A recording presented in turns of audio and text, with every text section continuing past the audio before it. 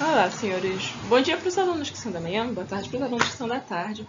Eu sou a professora Larissa e eu sou professora das segundas séries 5 e 6 do matutino e 1 e 2 do vespertino. E eu fiquei com a segunda parte do vídeo de romantismo, que vai tratar sobre a consolidação do movimento a partir da figura do Gonçalves Dias, a consolidação dessa primeira geração. Umas coisinhas que a gente tem que lembrar aqui. Vocês já assistiram a primeira parte, vocês já entendem que tem movimento romântico e tal, mas a gente fala em consolidar, ele começa a tomar formas, ele começa a ficar mais firme enquanto movimento. Mas o ficar mais firme, o consolidar, é de um movimento que começa aqui, mas ele vai ser um movimento muito grande. O romantismo, ao contrário, por exemplo, do barroco que vocês estudavam, Gregório, Antônio Vieira, do classicismo, vocês estudavam Camões, os Lusíadas. O romantismo é uma escola longa. Só no Brasil, que é o que a gente vai focar agora, nós vamos ter 3 fases poéticas, nós vamos ter 4 tipos de prosa, nós vamos ter um número considerável de autores envolvidos. Então isso vai ser um pouquinho longo aqui ao longo do primeiro trimestre. Mas o que a gente fala agora é desse comecinho, dessa primeira fase. A primeira fase poética romântica é o que a gente vai chamar de nacionalista indianista. Então, como é que entra esse nacionalismo, essa figura do índio, como é que funcionam essas coisas? A gente vai por pedacinhos, a gente vai devagarzinho. Vamos para as definições, para as considerações sócio-históricas que levam ao romantismo. Parte 1 do vídeo, a professora Gabriela colocou pra vocês, enfim, que a gente entende o romantismo como uma arte que vem se opor ao clássico. E é isso, enfim, a gente entende havia o movimento clássico, o classicismo, vocês estudaram isso bonitinho, então o romantismo vem em contraposição. Mas vamos tentar dar uma definição um pouquinho maiorzinha só pra gente ilustrar bem antes da gente entrar no Gonçalves Dias. Eu vou ler aqui e vocês acompanham. Primeiro que a gente coloca que o romantismo ele é a arte da burguesia, porque é a burguesia que traz à tona, porque é a burguesia que vai se servir dessa arte. É para ela que o romantismo é pensado, que o romantismo é feito. Leia o textinho. O gosto pela cultura clássica, que se inicia no século XVI com o Renascimento, perdura até o século XVIII. A gente vai ter a quebra de início de romantismo. Com o tempo, ele foi se restringindo, com o tempo esse gosto, foi se restringindo ao público aristocrático, formado pela nobreza e pelo alto clero. Então a gente vai tendo uma arte mais distanciada, ou pelo menos uma arte que não é para que todo mundo consumisse, enfim, era uma arte mais elitista. Com a ascensão da burguesia ao poder na França, em 1789, e aí tem embaixo desse textinho, a gente tem menção à Revolução Industrial e à Revolução Francesa, são importantíssimas para a gente nesse momento, surge a necessidade de uma arte sintonizada com aquele contexto social e com a sensibilidade, e também com o gosto, enfim, do novo público que se formava. Esse é o romantismo. Por que eu estou falando que tem aí embaixo de importantinho a Revolução Industrial e a Revolução Francesa e esse texto, enfim? Essas duas revoluções trazem modificações políticas e econômicas, então isso muda o público consumidor, e se o público consumidor se modifica, essa arte vai ter que agradá-lo. Não tem mais espaço para uma arte que era pensada para a aristocracia. A burguesia que sobe a pouco, que começa a ser esse público, ela tem um interesse que não é exatamente com o que era produzido até então. Então, surge o romantismo com uma linguagem mais acessível, surge o romantismo com temas mais cotidianos, com casamentos, com historinhas amorosas, muito, muito, muito próximo do que se via em novelas até algum tempo atrás. Acho que vocês devem ter familiares que tinham o hábito de ver novela cotidianamente, ali certinho o horário e tal. Então, ele tem um pouco esse apelo para ser acessível e para ser agradável e para ser aprazível a esse público consumidor. Essas revoluções trazem esse público e este público se serve desse movimento romântico. Além, a gente tem o Jean-Jacques Rousseau. Ele, mais adiante, vocês vão estudar isso lá em prosa romântica, mais especificamente com Alencar, ele vai trazer o mito do bom selvagem. A gente entende que as pessoas nascem boas, as pessoas são corrompidas pela sociedade.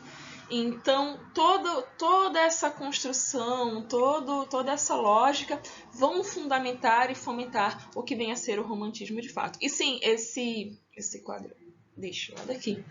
A Liberdade Guiando o Povo, do Eugène Delacroix, é vinculado à Revolução Francesa, que é um fator determinante para o romantismo, como nós vamos conhecê-lo. Como já foi dito na primeira parte, na parte 1 da aula, o romantismo ele surge na Europa e ele se estende, ele vem para o Brasil no segundo momento. Países, e aí está aqui na tela, que tem importância, que tem relevância dentro do movimento romântico. Alemanha, Sofrimento do Jovem Werther, a gente vai já falar dele. Inglaterra, com Mary Shelley, eu acho que você já tem alguma familiaridade, porque a autora de Frankenstein já é um romance com mais popularidade. Na França, a gente tem o Victor Hugo, com a produção dos Miseráveis. É um livrinho maiorzinho aqui assim, que é uma produção conhecida também. E chega ao Brasil. Antes da gente falar Brasil, por que a gente tem a menção ali ao Sofrimento do Jovem Werther? É um livro de temática amorosa, a gente vai já entrar nessas características românticas, mas é um livro que culmina no suicídio. Então, ele é um livro problemático porque ele criou o que a gente chama de efeito Werther, que é uma onda de suicídios. A pessoa meio que se inspira no suicídio de alguém e isso acaba gerando uma série de consequências. Esse livro chegou a ser recolhido em alguns lugares justamente porque ele criou uma onda de suicídio à época. Passa-se Europa-Brasil. Brasil, 1808, chegada da família real. 1822, declaração da independência, para que aí em 1836 a gente tenha Suspiros Poéticos e Saudades. Mas toda essa parte inicial de Brasil a gente já viu lá na parte 1. Quais são as características da linguagem romântica? Tem que lembrar um negócio aqui. A gente falou, acho que um slide atrás, que o romantismo ele é uma escola longa. Então, a gente vai tendo nuances no decorrer dessa escola. Existem coisas que vão ser mais preponderantes na primeira geração poética, que não são tão marcantes na terceira, que é diferente da segunda, que talvez a prosa já não abrange. Dá umas osciladas, mas existe uma certa uniformidade dentro do movimento. E é dessa uniformidade que a gente vai trabalhar. Características meio que gerais. Dava para colocar umas características aí, o problema é que ia ficar... E a gente ia se demorar demais e são coisas mais geraisinhas. Primeiro, subjetividade. Não é intenção do romântico ser objetivo. A interpretação do indivíduo da realidade das coisas ou de como as coisas são percebidas é subjetiva. Então, essa subjetividade é própria do sujeito romântico. É própria do indivíduo que produz, é própria do indivíduo que consome, é própria do eu lírico desse texto. Então, a gente vai ter mais uma insinuação do que uma afirmação do sentimento das coisas. Idealização. A pessoa amada, a criatura narrada, a criatura descrita, elas são entendidas como idealizadas, como perfeitas, como maravilhosas. A gente vai ter a descrição do Juca Pirama, que é um guerreiro esplendoroso. Vocês vão ter mais adiante no Álvares de Azevedo uma mulher perfeita e irretocável. A construção romântica, ela leva à idealização, até porque cai no que a gente falou agorinha, a subjetividade. O subjetivo me permite que haja esse plano ideal. Sentimentalismo, porque é romantismo. Romantismo é meio que uma apoteose sentimental. Egocentrismo. O indivíduo romântico, ele é egocêntrico. Não me interessa tanto a realidade do mundo ou a percepção das coisas ou a leitura das coisas. Me interessa aquilo que eu, enquanto indivíduo, sinto, aquilo que se passa dentro de mim e como eu percebo essa realidade. Então, é menos o externo e mais o indivíduo e as suas leituras de mundo e de afetos. Religiosidade, a gente tem uma retomada religiosa que já que é meio que a gente fala que é um oposto ao clássico, o clássico era mais pagão, então a gente tem uma retomada religiosa mais forte. Ideal nacionalista. Isso acontece em Portugal também, a gente vai acabar nem entrando em romantismo português, mas romantismo português tem uma força de retomada nacionalista, Os Miseráveis vai ter a mesma coisa e no Brasil não vai ser diferente. E esse nosso nacionalismo ele vai ser muito marcado na primeira geração com o Gonçalves Dias, que é sobre quem este vídeo pretende trabalhar. Liberdade formal, a gente não vai estar mais tão atreladinho ao soneto, decassílabo, com a metrificação, com papapá. A gente vai ter uma fluidez tanto nessa estrutura formal quanto no trabalho de linguagem. A linguagem romântica, ela é mais acessível, ela é mais simples de ser entendida. Professora, mas eu estou lendo e não estou entendendo, porque você vive no século XXI e a gente está falando ali 18 para 19, né? No caso da gente, 19. Então, óbvio que essa distância temporal afeta um pouco, mas a linguagem romântica em si, ela é muito mais próxima do que era uma linguagem barroca, por exemplo. Ela é uma linguagem mais simples, mais fluida e menos formal. Natureza interage com o eu lírico. Um negócio importante. Vocês estudaram no ano passado lá o arcadismo Marília de Dirceu, que, ó, minha bela, minha estrela, mas era toda uma estrutura pastoril. Toda a pastoragem, toda a percepção de natureza que a gente tem, por exemplo, em Marília de Dirceu, mas a gente pode ler no arcadismo como um todo, a gente tem sempre a natureza como um pano de fundo onde se passa a ação ou a emoção ou o sentimento, onde a gente ambienta a situação. É diferente da natureza no romantismo. A natureza no romantismo, ela é um confidente do eu lírico. Vocês tinham numa escala um tanto menor lá no trovadorismo, início da primeira série, cantiga de amigo, que as meninas, criaturas, vozes femininas dos poemas, se direcionavam ao mar, se direcionavam às plantas, se direcionavam ao vento, procurando e perguntando pelo amado. Aqui a gente vai ter a natureza como alguém que traz sinais ou como alguém que traz percepções. Vocês vão ver isso daqui a pouco no Leito de Folhas Verdes, do Gonçalves Dias, tá nos slides mais adiante. Mas basicamente a natureza ela começa a ter relação com o que está sendo colocado. Trazendo para questões mais contemporâneas é quando a gente tem num filme que o personagem está triste e chove, ou que o personagem tem um momento de virada e ele fica alegre e a gente tem o sol, a iluminação, a natureza respondendo. Essa correlação nasce e é própria do movimento romântico. Dito isto, construído isso, vamos para Gonçalves Dias, de Fato e Direito.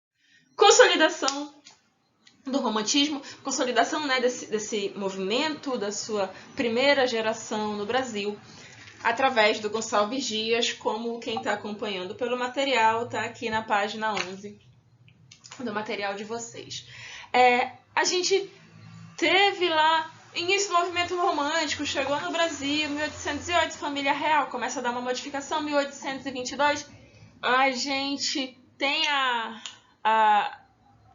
essa necessidade de uma identidade cultural nacional, a gente começa a entender que a gente precisa de algo brasileiro. A gente não tem mais esse comodismo, essa conformidade em se manter como quintalzinho cultural português. A gente está querendo produzir diferente, a gente está querendo produzir mais, criar algo que seja mais nacionalista.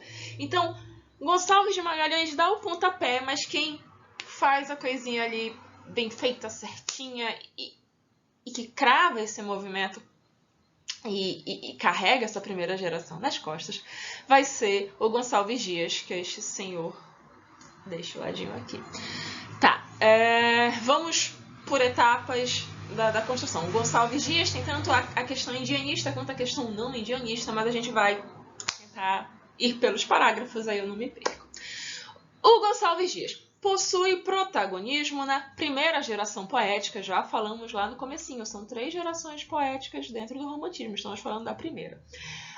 Ele se consolida por tratar a questão indianista de forma original. Quando a gente está falando em tratar esta questão indianista de forma original, a gente tem que ter muita atenção ao trato que é dado a esse indígena. Primeiro, que eu acabei de falar, a gente tem esse início de fomentação nacional e nacionalista, o que nós somos, construir identidade mesmo. Então, quem surge na poesia, na prosa vai ser o Alencar, mas quem surge na poesia com essa ânsia de determinar e de identificar e saber quem nós somos vai ser o Gonçalves Dias. Aí a gente pensa na formação da população brasileira. A gente tem a figura do colonizador branco, que ele não é um nativo brasileiro, ele não é local. A gente tem a figura desse negro escravizado que foi trazido, mas que também não é brasileiro. Se a gente pensar lá nas características, entender que o movimento romântico ele é um movimento nacionalista, então ele quer cravar o que é legítimo e nosso de fato. E ao mesmo tempo ele é um movimento com possibilidade de idealização, então a gente vai poder idealizar o indivíduo, a gente pega a figura do indígena e tira do mero nativo e a gente coloca como a figura do herói nacional. Agora ele é levado ao status de nosso grande herói. Enquanto outras literaturas vão fazer isso com heróis medievais, por exemplo, nós vamos ter a figura do indígena brasileiro. Este indígena forte, combativo e uma série de coisas. Vocês vão ver mais uns slides para frente na figura do Juca Piranga, por exemplo. Então, quando a gente tem essa construção do Gonçalves Dias, ele é mega considerado porque ele vai ser o cara que vai pegar esse indígena, vai dar a ele um status de protagonista, ele vai tratar como um indivíduo forte, como um indivíduo bravo, como um indivíduo guerreiro, como um indivíduo de uma cultura muito incorruptível, de valores muito incorruptíveis. Ele, por exemplo, no Leito de Folhas Verdes, está lá na página 13, quem está com o livro, ele vai tratar a questão dos elementos naturais indígenas, ele vai colocar isso de maneira suave, mas ele vai ter sempre esse tato de trabalhar a figura do indígena com muito respeito, com muita elevação e ao mesmo tempo com essa linguagem mais simples, mais acessível, que é própria do romantismo, que é para ser mais tangível. Ah, mas eu tô lendo e não tô entendendo. Lembrem, estamos um pouco depois, né? A gente está falando ali século XIX. Para a época, a gente teve essa descida de uma linguagem mais soberba para uma linguagem para estudantes, por exemplo. Vocês vão ver isso. A linguagem romântica ela é para estudantes, para a população no geral. O romantismo, quando ele via prosa, ele vem em folhetim, por exemplo. Então, a gente tem... Mas vamos lá pensar que bonitinho. Essa questão indianista dele vai trabalhar, seja lírica, seja épica, ele vai trazer a figura do indígena e trabalhar de forma muito gloriosa. Um negocinho que a gente tem que tomar cuidado aqui com o livro, gente. Lá na página 12 do livro de vocês, lá pelas tantas, ele fala que ele trabalhou com indígena, gênero, blá. Lírico, a gente tem o lírico indianista sim, tá lá bonitinho, a gente vai ter no próximo slide, mas a gente também tem o lírico não indianista. A gente tem o épico, que ele colocou os Timbiras e colocou o Juca Pirama, que é uma obra importante, ele colocou como dramático. Outros livros de literatura, enfim, que não de vocês, trabalham com essa construção de que o indianista, de que a figura do indígena, desculpa, do Juca Pirama, ela é épica. O livro de vocês colocou dramático, mas os outros livros trabalham como épico. Lembrem lá da primeira série, vocês trabalharam lírico, épico, dramático. O dramático é aquilo que estava para a representação, não é bem o que vai acontecer aqui. Então, tomar cuidadinho com isso. Deixa eu ver, indígena, serviço ideário nacional, a gente acabou de falar, é construir essa identidade, é fomentar essa identidade, dizer, olha que coisa linda, maravilhosa, que é a figura do indígena. Passa isso, nós temos embaixo, poesia tipicamente romântica, isso aí vai ser nesse outro pedacinho aqui, que é o que ele coloca o Gonçalves Dias para além do indianismo. Ele é indianista e mais um pouco. Então, ele vai trabalhar com exagero, com sofrimento, com dor, com evasão, com desilusão, com amor impossível, com amor idealizado, com excesso de sentimento, com um texto mais egocêntrico, com um texto que se passa nos sentimentos do indivíduo e não necessariamente no mundo real. Mas a gente tem essa pluralidade. Tentando resumir aqui a produção do Gonçalves Dias, ela é muito forte no indianista, ele é o nosso principal poeta indianista, mas ele também não é só isso. Como nós podemos fazer a leitura disso, a percepção disso? Lendo o texto. E aí a gente vai entrar no negocinho, algumas pessoas têm dificuldade em leitura de poema, eu recomendo a vocês que leiam, que se acostumem, que criem um hábito, vocês vão ter vestibular, né, do material e a questão da leitura realmente. Próximos slides vão ter poemas do Gonçalves Dias, a gente vai já trabalhar neles. Vamos para os slides. Nós temos aqui, para quem possui o material didático, o Leito de Folhas Verdes está na página 13, o Juca Pirama está na página 15. Como eu já tinha dito, ele não está completo. Juca Pirama é um poema bem maior que esse, é um poema organizado em cantos, em 10 cantos, na verdade. Então eu vou disponibilizar o PDF para vocês em anexo no Classroom. A gente poderia, na verdade, agora fazer a leitura do poema com vocês, só que está escrito e vocês estão lendo. Então, recomendo que neste momento vocês pausem o vídeo, deem uma lida em cada um desses textos, para que a gente comece a perceber quais são as características que foram mencionadas anteriormente e que estão presentes no poema. Em Leito de Folhas Verdes, a gente vai ter a presença da natureza, a interação da natureza com o eu lírico. A gente tem como esses elementos eles interagem, eles se confundem, como esta poesia é lírica e sentimental, como é própria da característica do romantismo, além da questão indianista. Dê uma lida nisso com calminha. Na parte do Juca Pirama, tentem dar uma atenção especial a questão da bravura desse indígena, a questão dessas tradições, na repetição métrica. Notem como ele faz referência a uma métrica trovadoresca, acho que vocês lembram disso. Redondilhas maiores, redondilhas menores, e o fato disso ser mais musical, como isso tem um trabalho musical para que a gente perceba um ritmo imposto na construção desse poema, para que isso faça referência a algo mais indígena, a algo mais nacionalista. Eu sugiro que agora, de verdade, vocês pausem o vídeo, não sei de que pausa aqui. Pausa, vê direitinho, lê, tira a dúvida, procura no livro e, se possível, depois vai dar uma lidinha no PDF completo do Juca Pirama, enquanto a gente passa para o outro vídeo para a gente continuar as nossas considerações. O texto em sequência que a gente tem no Gonçalves Dias Para Além do Indianismo é um poema chamado Se Morre de Amor, que está na página 16. Mas ao invés de chegar nele, eu puxei para um poema que está lá na página 20 do material, está na parte de exercícios, que este poema aqui, Larissa, aqui, que vai ser chamado Como Eu Te Amo. Notem o quanto ele vai puxar elementos de natureza, mas como esta natureza é confidente, como ele se derrama em declarações, como ele se derrama em idealizações. Notem que ele não é tão como é que eu vou dizer isso, meu Deus? Como a linguagem dele, os versos são mais livres, eles não têm aquela estrutura soneto que a gente era acostumado até então. Pausa de novo esse vídeo para ler este outro poema, para que a gente consiga perceber ele melhor e para que a gente consiga buscar todas as questões que são pertinentes e próprias do romantismo dentro do poema, para ir para o próximo slide. Não podemos esquecer, pelo amor de Deus, a gente tem Canção do Exílio. Canção do Exílio não é todo ano e não é em toda prova, mas é extremamente recorrente em vestibular. Vocês, inclusive, já devem ter trabalhado esse poema em algum momento do fundamental, vocês já devem ter trabalhado com esse poema em momentos diversos, enfim, mas a gente tem no trabalho de Canção do Exílio esse ápice, essa máxima nacionalista que a gente tem. Se chama canção, entre outras coisas, porque faz referência à métrica de cantigas lá do trovadorismo.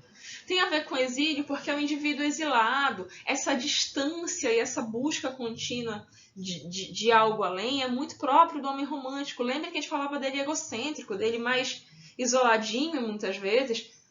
Claro que é egocêntrico porque é o que se passa nele, não necessariamente egocentrismo tem a ver com uma questão física. Mas o quanto eu estou percebendo o que se passa nele e essa distância de algo que ele almeja, como se ele estivesse além. Vocês viram lá na parte 1 da aula de vocês que tem uma pintura que é um indivíduo sozinho e isolado mediante a imensidão do mundo, como ele está acima e ele está isolado. Isso é próprio do romantismo, então tem a ver também, notem, e aí isso é muito fundamental, como a gente tem um trabalho de exaltação nacional. O do Minha Terra tem Palmeiras onde canto sabiá. O como a terra, e aí lembrem do nacionalismo, como a terra é extremamente adorada e exaltada. Pausa de novo para poder ler de novo e a gente tem aqui não é um resumo, mas é uma partezinha para que vocês possam ler, para que vocês, enfim, encontrem questões que são próprias do romantismo.